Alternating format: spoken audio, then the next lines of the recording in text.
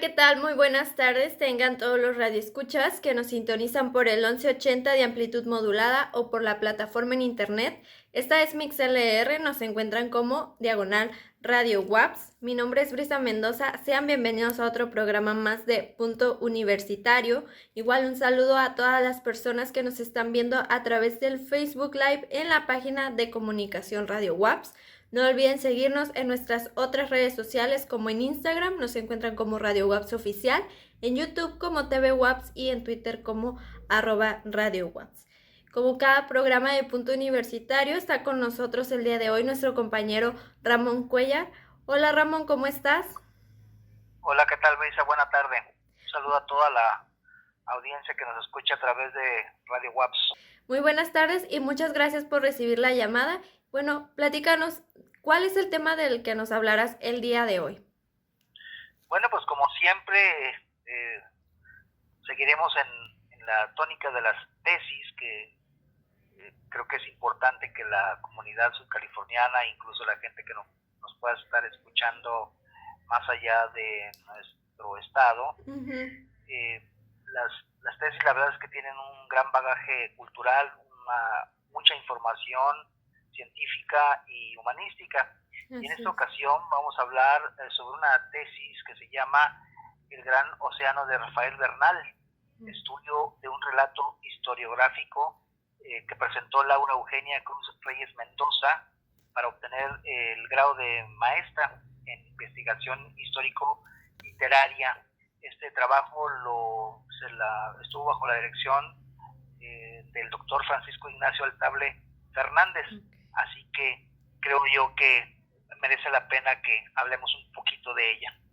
Perfecto, pues muchas gracias. ¿Nos podrías platicar ahora de qué es lo que nos habla El Gran Océano de Rafael Bernal? Sí, como no, Brisa, mira, el conjunto de la obra de Rafael Bernal es muy amplio, es muy extenso, y la más conocida, que creo que es con la que mayormente se le relaciona, es la novela negra, y particularmente el caso del complot mongol, una novela que ha sido llevada al cine en dos ocasiones, una por allá a finales de los 70 con Pedro Armendáriz Jr. y otra recientemente con Demián Alcázar, creo que hace un par de años, hace 2 años, no mucho. Así que bueno, es una novela que definitivamente tiene mucho peso literario. Sin embargo, hay una faceta que es poco difundida de Rafael Bernal, y es la de los viajes y sus investigaciones del Océano Pacífico. Un amplio trabajo que hizo en toda una vida de dedicación y entrega intelectual, y que trató de repasar a lo largo de varios siglos. Laura Eugenia Cruz Reyes Mendoza, que es la autora de esta tesis, hace un profundo análisis literario y historiográfico de lo escrito por Rafael Bernal, además de una revisión biográfica, tanto íntima como profesional, que pone énfasis en el entendimiento del contexto histórico de este autor y de sus múltiples estancias alrededor del mundo. Viajó muchísimo el escritor, y que gracias a ese trabajo diplomático que tuvo a cargo él durante muchos años, terminaron por influir en el carácter de los temas que lo apasionaron toda su vida. Digamos que la vida burocrática o la diplomacia de la que él estuvo a cargo le permitió conocer otros territorios, y ahí fue donde comenzó a fascinarse por esta temática en especial. La vida y obra de Bernal ha sido poco difundida en ese sentido, y por tanto poco conocida, especialmente una biografía que abarque el gran cúmulo de información que reflejara sus pasiones, sus relaciones humanas y sus distintas actividades laborales como viajero, donde reflejara estas pasiones. Es cierto que en algunas revistas especializadas o libros de literatura se recoge algo de lo que escribió a lo largo y ancho de su vida, y que sirve de orientación para darnos una idea de cuáles fueron sus pasiones, sus sus decepciones, sus aciertos, sus incertidumbres, pero definitivamente existe una parte que no se ha investigado, y ese es su libro historiográfico El Gran Océano, donde nos comparte las razones por las que inició ese largo proceso de indagaciones que terminó en una obra, o que culminó en una obra de alrededor de 600 páginas, donde aborda, entre otras cosas, la historia de los grupos humanos y sus pueblos que habitaron las costas del Océano Pacífico. No se trata de una obra convencional o académica en estricto, como se quiere decir, pues Rafael Bernal no poseía las herramientas historiográficas necesarias, pero sí es un documento descomunal que merece la pena que lo revisemos, que profundicemos, que lo sometamos a revisión y, ¿por qué no?, también a la crítica. Eso sí, como dijimos, es el producto de toda una vida, de una larga vida, y que tenía pues él dentro de estas pasiones, además de que junto a esos viajes, de esa fascinación que él tenía por los lugares que pocos frecuentaban, o que pocos veían, o que lo veían con otros ojos, él tenía una biblioteca personal a partir de esos viajes, que iba recogiendo sobre cada uno de sus lugares, que incluía, por supuesto, la temática del mar, que era su gran amor, por decirlo de alguna manera.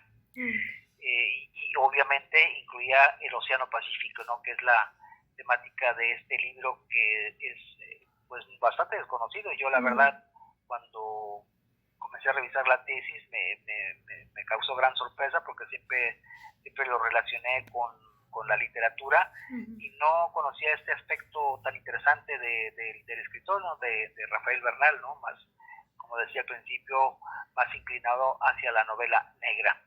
Así que, bueno, por supuesto, que hay otros cronistas, historiadores de México y Europa que han hecho muchísimo, y bueno, especialmente él hizo una revisión de todos estos autores a lo largo del siglo, que hicieron muchas cosas a lo largo del siglo XIX y del siglo XX, ¿no? Okay. Así es. Y bueno, ¿por qué no nos platicas también cuál es la importancia de que la comunidad universitaria esté informada sobre estos temas que nos has compartido a lo largo de todo el semestre? Sí, mira, yo creo que a veces dentro de las investigaciones literarias descartamos por naturaleza, o por ser nuestro centro de interés, otras actividades, ¿no? Como puede ser la ciencia, o la biología, o la investigación marítima, como es el caso ¿no? Y a veces creo que sí es interesante que también le echemos un ojo hacia otras partes, ¿no? Se ha dicho alguna vez que a la ciencia moderna le falta un poco de filosofía, ¿no? Porque antes parte de la ciencia, o de las especulaciones que se hacían sobre el mundo, partían de la filosofía, ¿no?, sobre las preguntas del ser, del ser, y de lo que significaba la participación o la existencia del ser humano en la Tierra.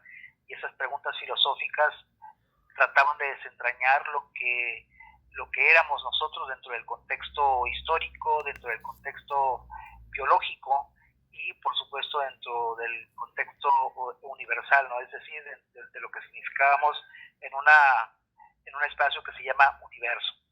Así que yo creo que este tipo de obras, en definitiva, creo que le sirve a la comunidad, no solo literaria, sino también a la comunidad científica, que se vea pues que hay también las opciones de que se puede mirar hacia otro lado para completar el trabajo que estemos haciendo, ¿no? Conozco a mucha gente, bueno, conozco dos en particular, que es Lorena Durán Riverol, que es una científica, pero que también es poeta. También Mario Jaime es otro científico, pero también se dedica a la literatura, un gran escritor y un gran poeta en ese sentido, ¿no? Un narrador que ha hecho algunas obras muy interesantes. Así que acercarse a estos autores, y que esos autores también se acercan a la literatura desde la perspectiva que pueden ampliar pues su discurso científico, ¿no? Así que pienso que puede ser una oportunidad para ellos, ¿no? Para quienes lean ciencia, y para quienes pueden cambiar esa perspectiva. Así es. Pues muchas gracias, Ramón, por recibir la llamada y platicarnos sobre este tema de vital importancia para la comunidad universitaria, y pues esperamos tenerte en la próxima semana con más colaboraciones para Punto Universitario. Muchas gracias a ti, muchas gracias a la comunidad universitaria, a los compañeros de la radio. Nos vemos la próxima semana. Así es, hasta luego, bye.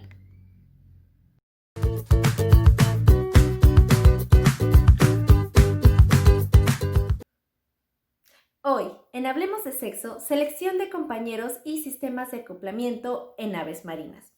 En general, las aves poseen muchas formas de cortejar y para buscar pareja, y se ha encontrado que muchas de estas especies marinas tienen ceremonias de cortejo elaboradas y prolongadas, desde influir en la mortalidad de los adultos hasta el cambio de peso estacionalmente, o más específicamente en la temporada de reproducción.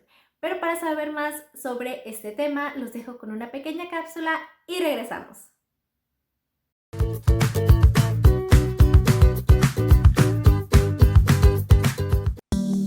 Selección de compañero y sistemas de acoplamiento en aves marinas.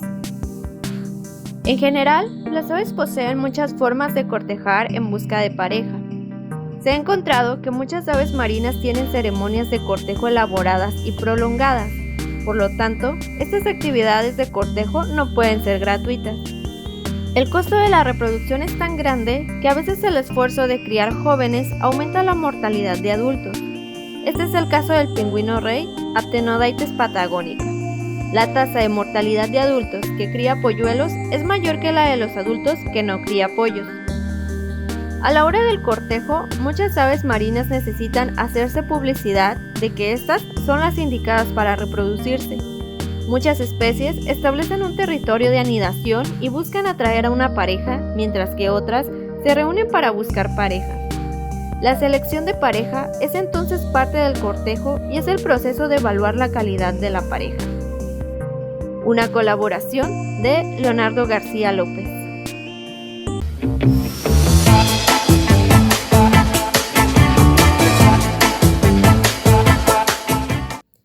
Y seguimos en Punto Universitario.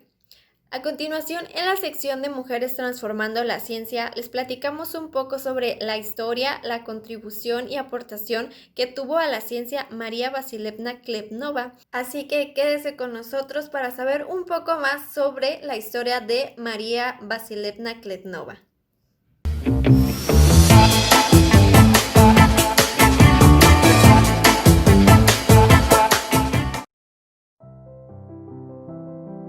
María Vasilievna Klepnova. La historia de María Vasilievna comienza un 12 de agosto de 1868 en Irkutsk, Rusia. Al inicio de su carrera profesional, estudió medicina. Sin embargo, cambió su profesión por la mineralogía, graduándose en el año de 1924. Un año más tarde, comenzó a trabajar en el Instituto Shirshov de Oceanología, donde sus estudios se enfocaban en el Océano Ártico.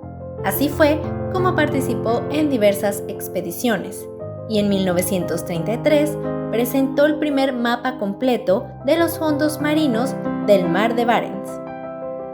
Siendo jefa del Departamento de Geología Marina del Instituto Hidrográfico durante la Segunda Guerra Mundial, contribuyó junto con su equipo a la elaboración de diversos mapas de los fondos marinos, los cuales fueron de gran ayuda para las operaciones del ejército soviético. Al terminar la guerra, María siguió cartografiando los fondos marinos árticos, hasta que fue llamada para trabajar en investigaciones de la Antártida, siendo la primera mujer investigadora al otro lado del polo. Fue una de las primeras mujeres en el equipo científico en los barcos balleneros de la Antártida. En el año de 1957 se desarrolló el proyecto del Año Geofísico Internacional, cuyos intereses principales fueron recolectar datos atmosféricos de la superficie terrestre y oceánicos en cientos de estaciones en todo el mundo, con un especial énfasis en la Antártica. Participaron 12 países con acceso a la Antártica, entre ellos Francia, Nueva Zelanda, Japón, Noruega, Rusia, Sudáfrica y Estados Unidos, siendo solo Rusia la que incluye a una mujer como parte de sus investigaciones. Finalmente, María fallece el 6 de agosto de 1976, luego de una larga vida de investigación y cartografía submarina en los fondos marinos. Muchas estructuras geográficas llevan su nombre: el Valle Klenova al norte de Groenlandia, el monte submarino Klenova al este de Brasil, incluso fuera del planeta, el cráter Klenova en Venus. Todo ello como reconocimiento y tributo por ser pionera en la investigación geológica marina y los polos. Una colaboración de Salma Valeria Macías Torres y Ariadna E. Ávila García. Y bien, ahora toca el turno de hablar de las efemérides de esta semana. Y comienzo diciéndoles que un 14 de septiembre pero de 1920 nace Mario Benedetti, quien fue pues un escritor uruguayo de cuentos, novelas y poemas. Su producción literaria incluyó más de 80 libros y muchos de estos libros han sido traducidos a más de 20 idiomas. Entre sus obras más destacadas se encuentran La Tregua, ¿Quién de nosotros? Y Gracias por el fuego.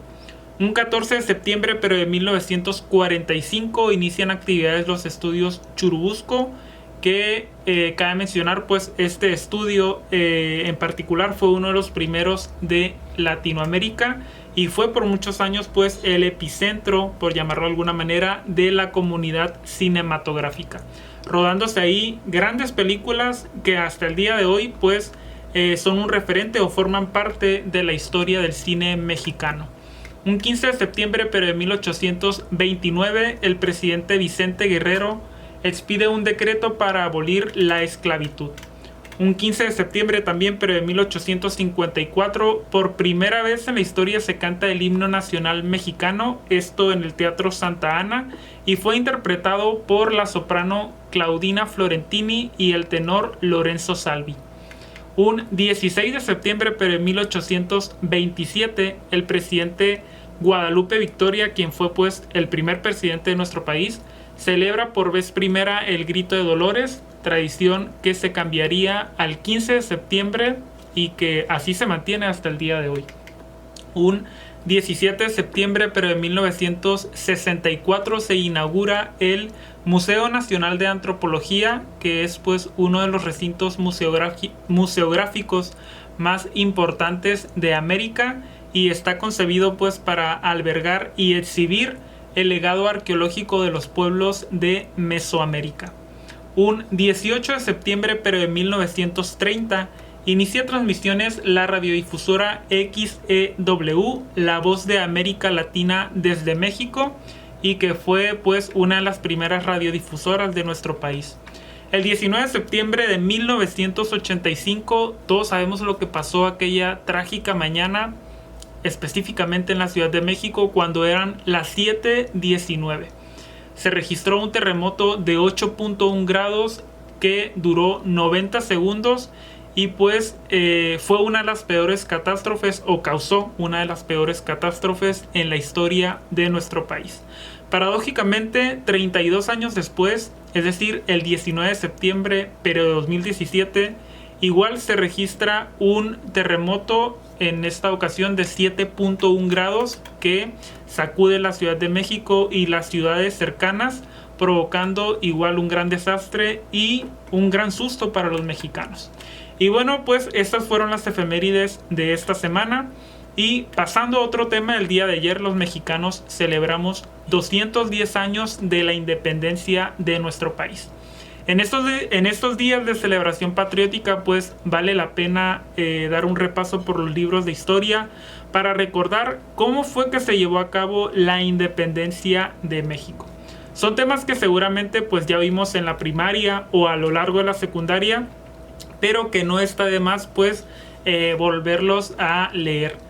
Todos sabemos o leímos por ahí que fue el 16 de septiembre de 1810, que duró 11 años porque terminó pues el 28 de septiembre de 1821. Pero, ¿qué pasó durante esos años o cuáles fueron los acontecimientos o las fechas más importantes de la independencia de nuestro país? Bueno, pues para eso vamos a ver el siguiente video, que es un resumen de la independencia de México y regresamos.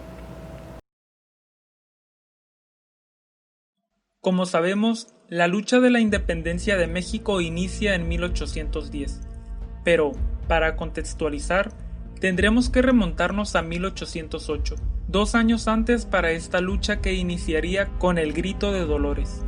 Y es que, en aquel año, comienzan a darse a conocer las revoluciones de Norteamérica y Francia, llegando la idea de los estados liberales que implicaban un rechazo a las monarquías. Nueva España, entidad territorial establecida en gran parte de América del Norte, dominada por los españoles y conformada en gran parte por población indígena, comenzaba a sentir descontento hacia la corona española. Además, en mayo de ese año, el rey de España, Fernando VII, abdicó la corona en favor de Carlos IV, quien a su vez renunció en favor de Napoleón. Esto generó un descontento general y una serie de levantamientos. Corría el año de 1810. En la casa de Josefa Ortiz de Domínguez se realizaban tertulias literarias a las que asistían Miguel Allende y Juan Aldama, así como algunos sacerdotes como Miguel Hidalgo y Costilla. Ahí planearon una conspiración que llevarían a cabo antes de finalizar el año. Sin embargo, el 14 de septiembre, Josefa Ortiz de Domínguez avisa que las intenciones del grupo han sido descubiertas. La noche del 15 de septiembre, en Dolores Hidalgo, Miguel Hidalgo decide levantarse en armas. El domingo 16 de septiembre, lejos de convocar a una misa dominical, el cura Miguel Hidalgo convoca al pueblo a sumarse contra el mal gobierno, siendo ahí el momento en que se inicia una ardua lucha por la independencia. Para octubre de ese año, el movimiento ya había tomado Guanajuato, Aguascalientes, Valladolid y Guadalajara, dando visos de que podrían triunfar. En marzo de 1811, Miguel Hidalgo e Ignacio Allende son capturados. Luego de unos meses presos, ambos son fusilados y decapitados en lo que hoy es el estado de Chihuahua. En 1812, los españoles promulgaron una constitución que establecía una monarquía constitucional española, tratando con esto de mantener un orden y ayudar a hacer una contrarrevolución. Sin embargo, los ciudadanos no obtenían la autonomía que deseaban. En 1813, pese al poco ejército y pocos recursos, el movimiento seguía con la ayuda de Guadalupe Victoria y Vicente Guerrero. En ese año, José María Morelos y Pavón instaura un congreso para ejercer la soberanía. Ahí, hace lectura de los sentimientos de la nación, donde declara una América libre y es nombrado siervo de la nación. Luego de años de lucha, llegamos a 1820, pieza clave en esta historia, ya que, ante la continuación de guerra y la crisis económica de España, el rey Fernando VII jura la Constitución de 1812 que había anulado, celebrándose elecciones de parroquia en la Nueva España constitucional. El comandante Agustín de Iturbide, quien había luchado desde sus inicios con el movimiento insurgente, busca la independencia de la Nueva España.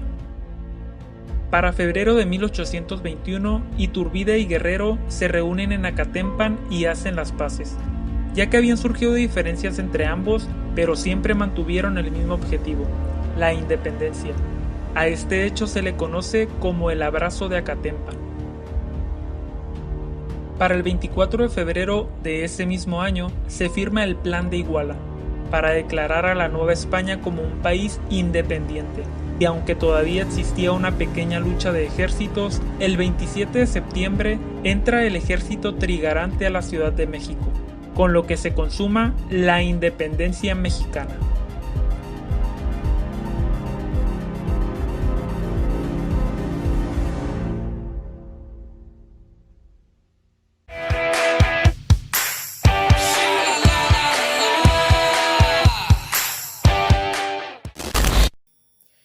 Estamos de vuelta en Punto Universitario. Muchas gracias a las personas que se han unido a la transmisión a través del 1180 de amplitud modulada por MixLR o a todas las personas que nos ven por Facebook Live. Y bueno, a continuación en la sección de Cultura les compartimos otra colaboración de nuestro compañero Ramón Cuellar. Él, en esta ocasión, nos habla sobre el libro El gato que se comía los muebles de Lillian Jackson Brown. Así que los dejamos con este video y en un momento regresamos con más de Punto Universitario.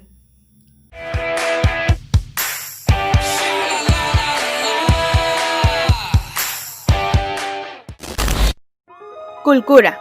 El gato que se comía los muebles de Lillian Jackson Brown, por Ramón Cuellar. Lillian Jackson Brown fue una escritora estadounidense que se hizo famosa por su saga de libros El misterio del gato que, donde recurre a los arcanos de la narrativa policíaca para plantearnos diversas historias trepidantes.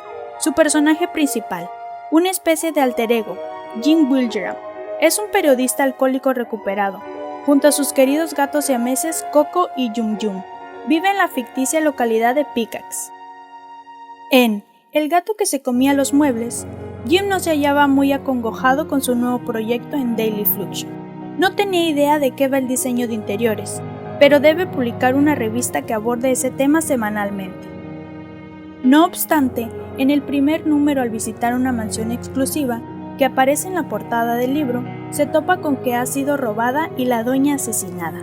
Así comienza, junto con Coco, su gato, a investigar lo que al parecer fue un homicidio muy inteligente. Y ya que estamos en plena fecha de fiestas patrias, seguramente han escuchado los nombres de Vicente Guerrero y José María Morelos y Pavón, ya que son dos héroes, dos referentes de la independencia de nuestro país y que pocos saben son de origen afrodescendiente. Y a propósito de este tema, el decenio 2015-2024 es precisamente el decenio internacional de los afrodescendientes. Y para saber más sobre el origen de estos dos grandes personajes y sobre el decenio de los afrodescendientes, vamos a ver el siguiente video y regresamos. 2015-2024, Decenio Internacional de los Afrodescendientes. Afrodescendientes, reconocimiento, justicia y desarrollo. Afrodescendientes en nuestra independencia. En los estados de Guerrero y Veracruz existió un mestizaje entre afrodescendientes y la población nativa de México que fueron llamados pardos por los españoles. La población de origen africano, igual que los demás habitantes de la Nueva España, tomó distintas posiciones con respecto al movimiento insurgente de 1810. Este movimiento respondió a una serie de causas internas y externas.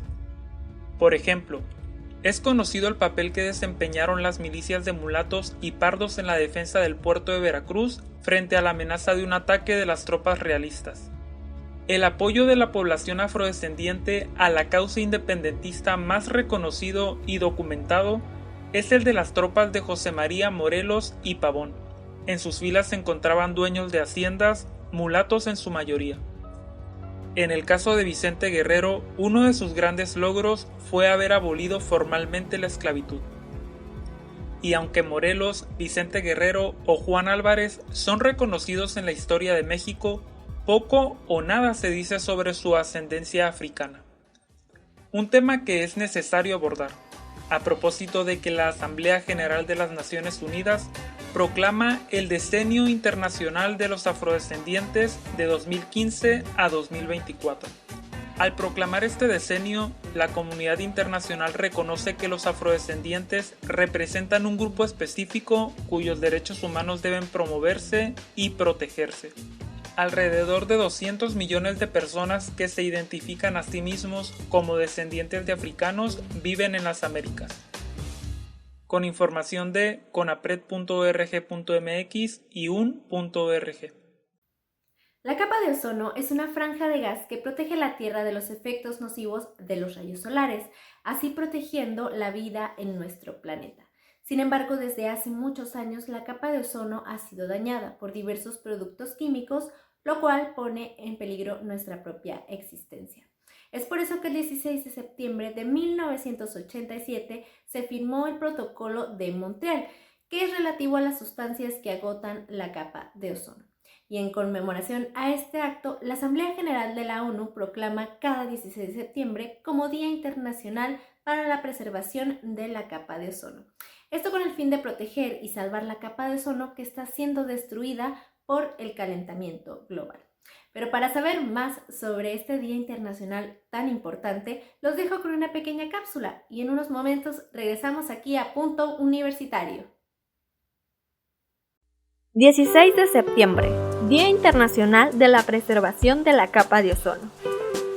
El 16 de septiembre de 1987 se firmó el Protocolo de Montreal, un acuerdo ambiental internacional para proteger la capa de ozono.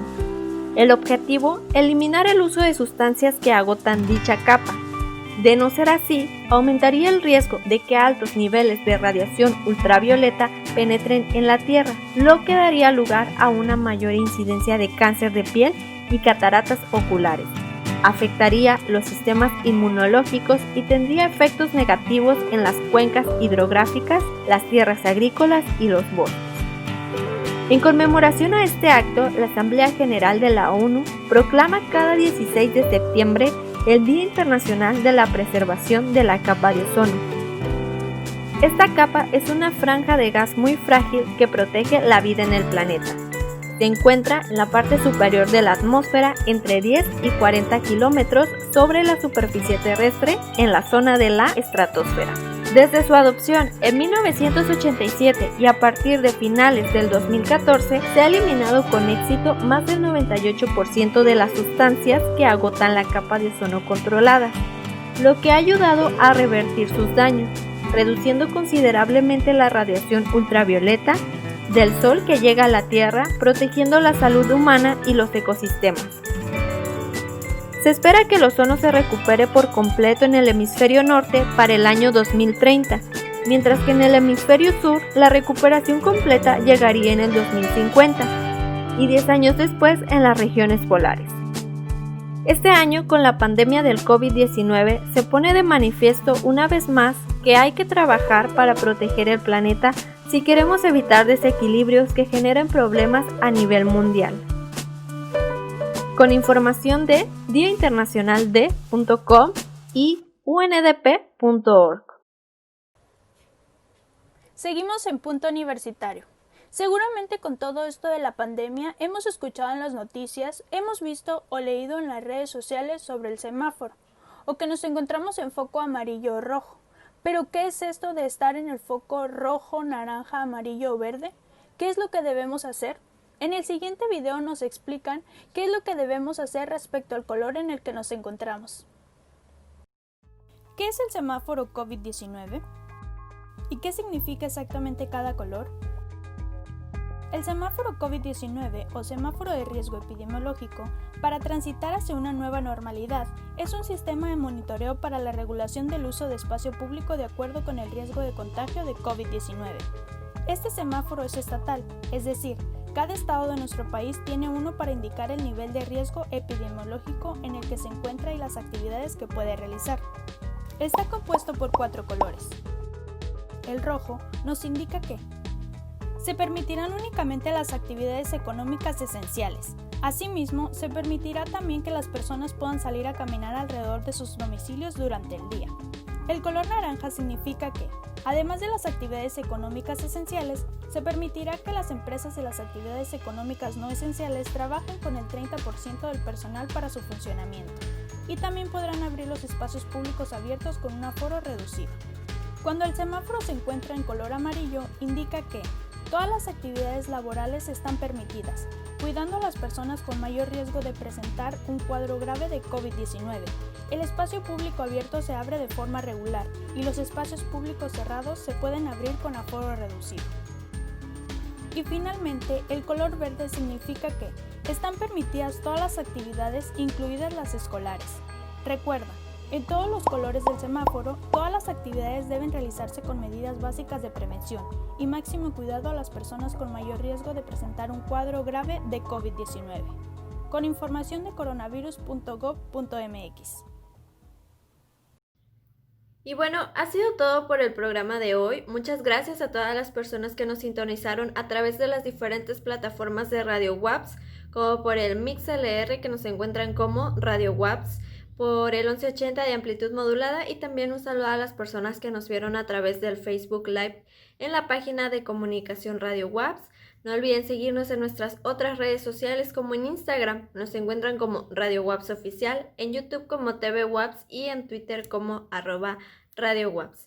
Fue un placer estar con ustedes. En la voz se despide Brisa Mendoza. Nos vemos en el próximo programa de Punto Universitario y que tengan muy bonita tarde.